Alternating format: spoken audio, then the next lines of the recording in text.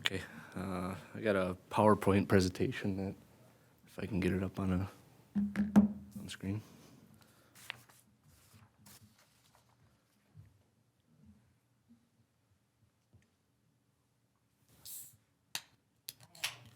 Oh, there it is.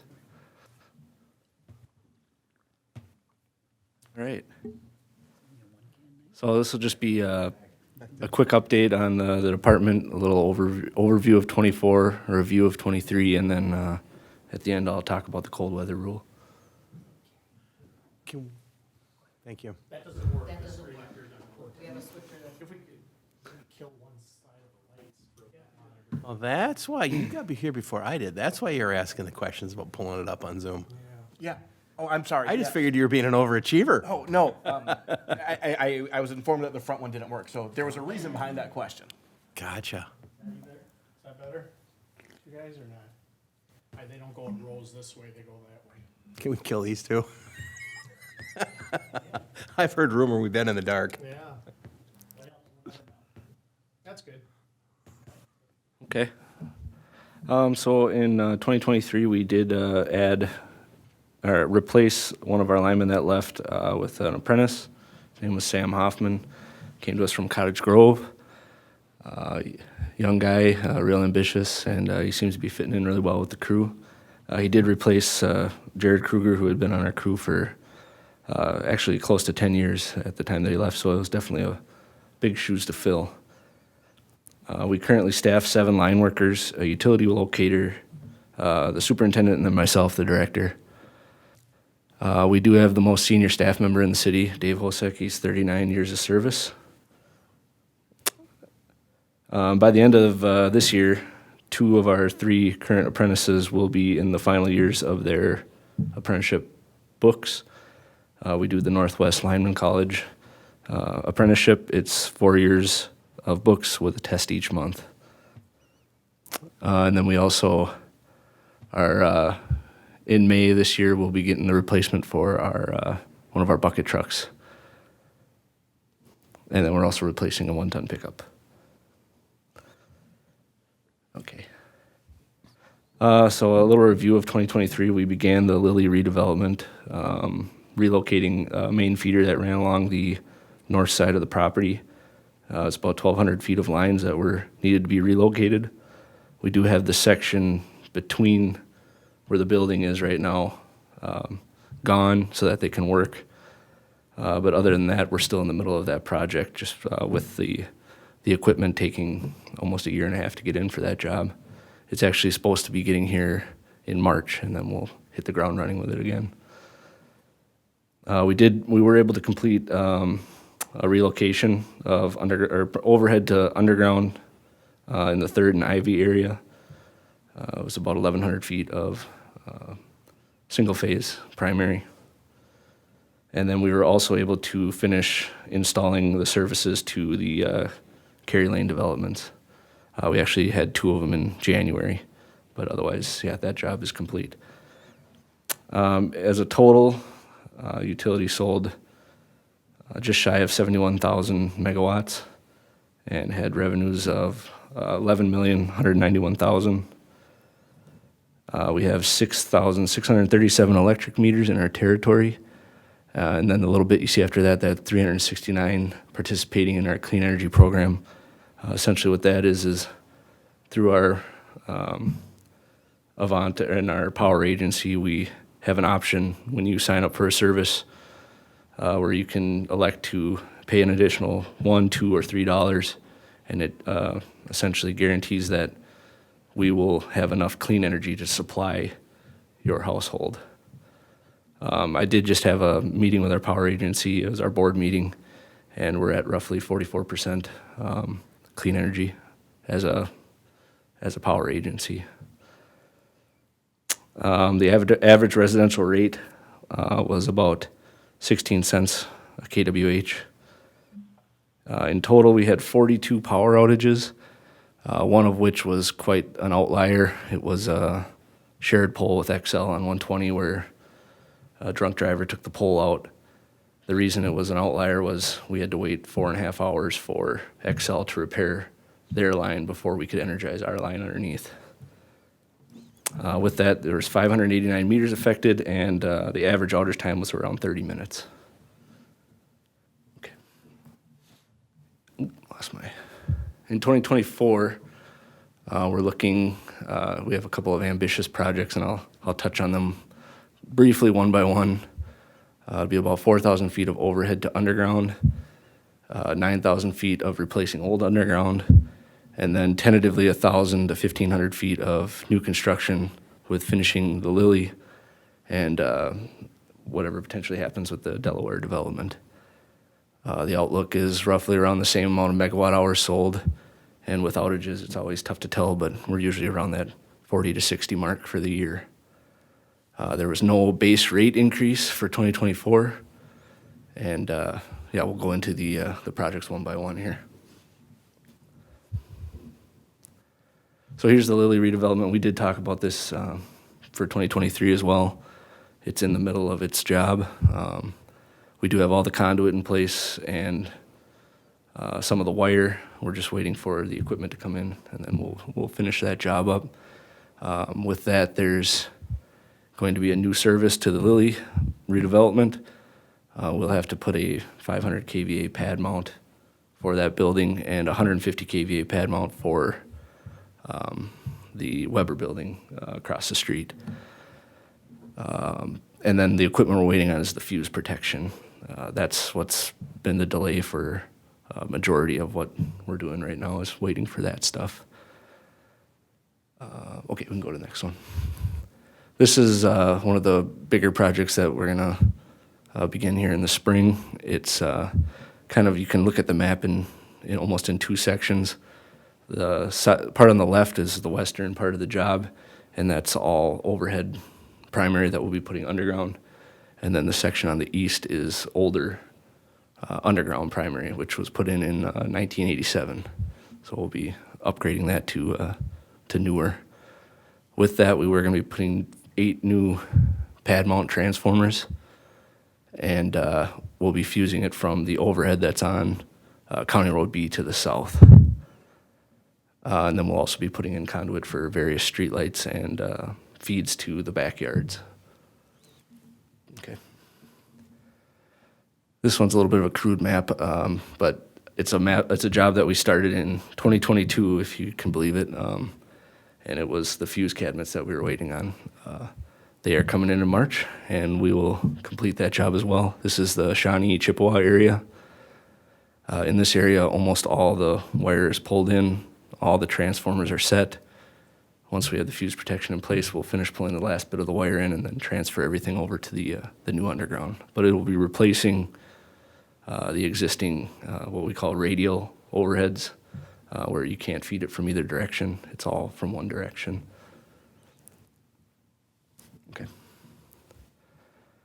This one was one that Brian had brought up to me, but with the potential for road reconstruction, an area that we were told to look at was Gerald and Mohawk.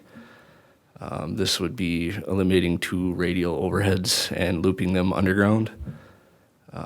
We'll need roughly 4 pad mount transformers for this, and it's going to be about 3,600 feet of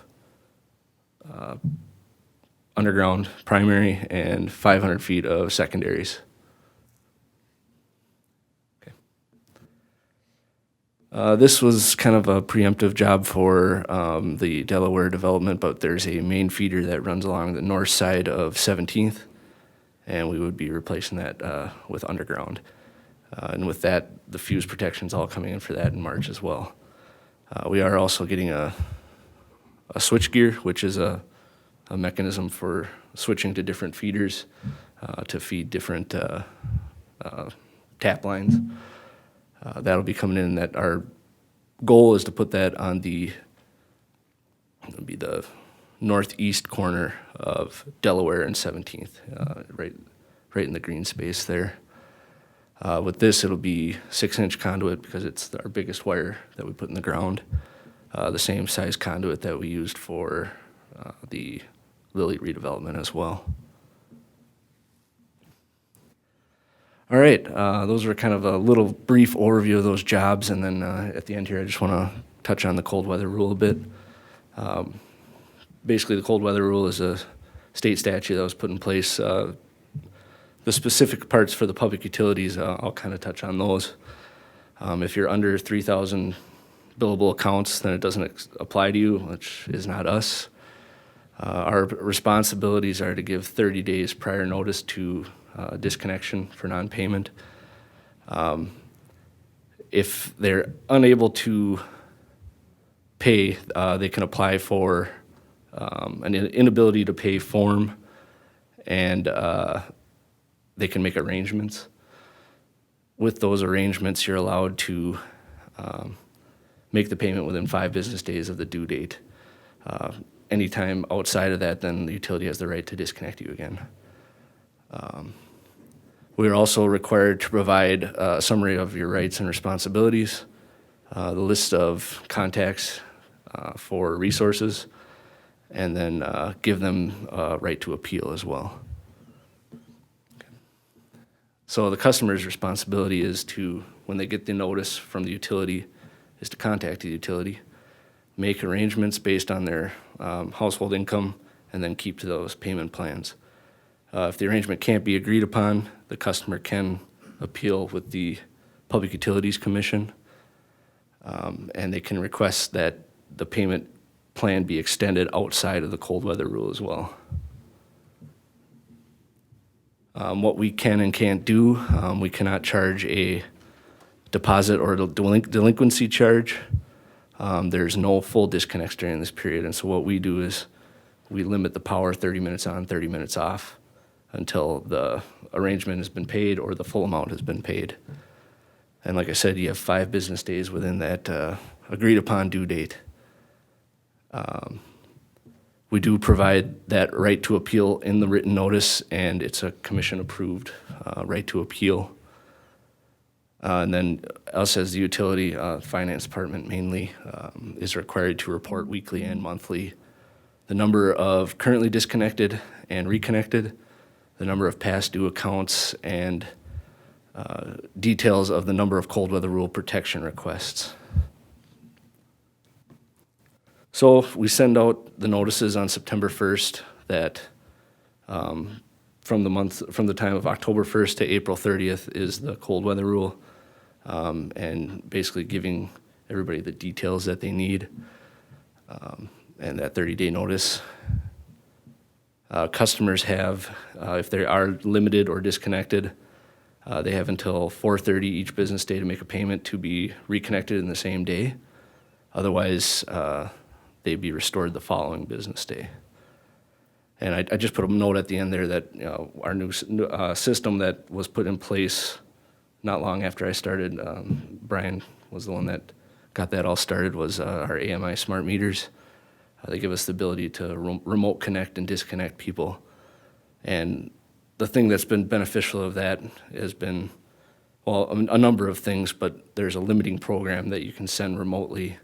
We don't have to send, we used to in the past go out with a mechanical device that we would install in the meter socket, put the meter back in, and then when they paid their bill, we'd have to go back out and pull that device off and put the meter back in.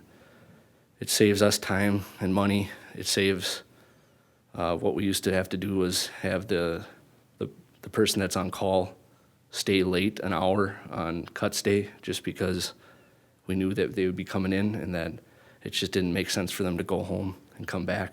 So they'd stay an hour once a month, and then essentially had till 4:30 for those payments. So we had people coming in on overtime to reconnect these meters. But that's, just one of the benefits that we've had now that we have the smart metering. Everyone in our department is trained on it. Everybody in finance is trained on it. But that was real brief. That was basically what I had on the cold weather rule. If there's anything, you had questions for me on that or on the projects, I'd be happy to answer what I can.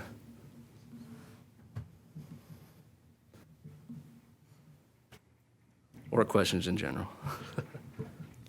I just want to say thank you for the work you and your team do. It was very insightful for me to be able to go to the open house, and you all did a really wonderful job providing a little bit more context for commissioners to kind of understand a little bit more about the work that you do, and I think that's very helpful, and I think it builds really good relationships. And so I just want to thank you for, you and your team for helping in that event. I have, I'm curious on where you're at in terms of the supply chains. We were having obviously big issues, and it seems like there's some things that might be still lagging, but can you speak to that? Yeah, so we have seen a lot of the lesser equipment and materials start to come back. There's stuff now that we, in the past year, we'd be waiting 10 to 12 weeks for it to come in, and we're getting it the next day or a week later. It's just kind of, as the stock comes in, you just gotta kind of time it right. But with the bigger equipment, those fuse cabinets that I talked about, and still pad mount transformers, you could be waiting up to a year for something like that to come in. And it's kind of the new norm as of right now. And so we have been trying as a department to just forecast as far ahead as we can for projects that not only 2024, but 2025 and beyond, and just try to take on as much stock as we can that makes sense with the amount of space we have and with the budget that we have to purchase these things.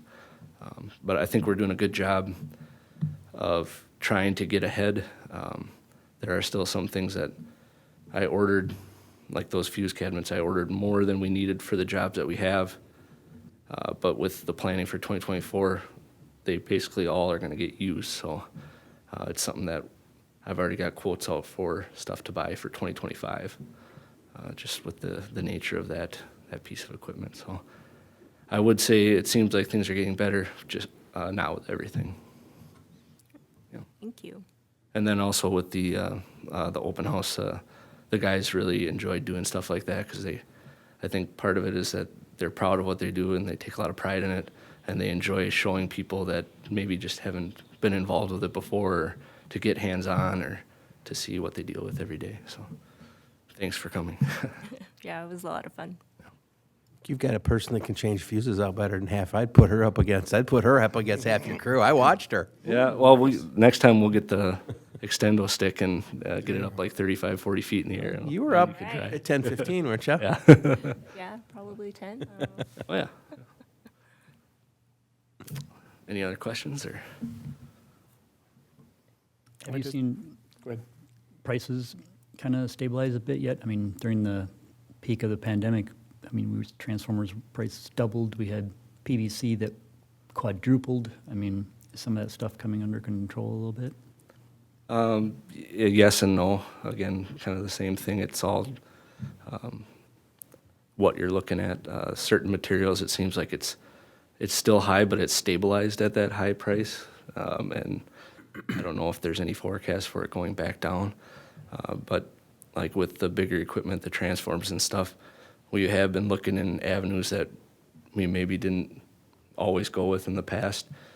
But there's a lot of shopping around you can do with that. But some of the bigger name vendors and distributors, they're still pretty holding high at the higher price. And I think it's just because they have the name and the backing to do that. Just want to reiterate what Lisa said. Thank you to you and your crew for all that you do. Really appreciate everything. Thank you. Quite the people around the area wish they had North St. Paul. I have people here in Oakdale and different places because you guys do such a great job of being able to take care of it, and so it's greatly appreciated. I'll make sure the guys all get the message. I want to thank you too for cleaning up the mess you inherited. So it's great to know everything's running smooth now. And that to reiterate everybody up here, especially John, or Mayor Mungy, sorry. We're very fortunate. We're very fortunate for you. We're very fortunate for Public Works for snow removal. There's a whole lot of things that we take for granted in this city and don't realize what it is, and as you cross the borders into other communities. So just a huge hearty thank you from me. Well, thank you. That's it. Appreciate it. Alrighty. Yep. Have a good one. You too. Thank you. You've got another 20, 30, 40 minutes to go. Want to do something else? Can you sing? Can you dance? Can you? Another Take care. Thank you. No pizza? That's just finance. Yeah, finance buys food, electric would department burn it. doesn't. Electric will burn it. See ya. All right. Well, any other business? exactly. I don't know what other business would be at a workshop, because you got to post things, right? Correct. So, no other business? Agenda. Yep. So, So moved. let's see if I can do this. So moved. Councilmember Cole, How'd you get this? Second. second. Councilmember Wong. All those in favor say aye. Aye. Aye. Thank you, and see you at 6:30.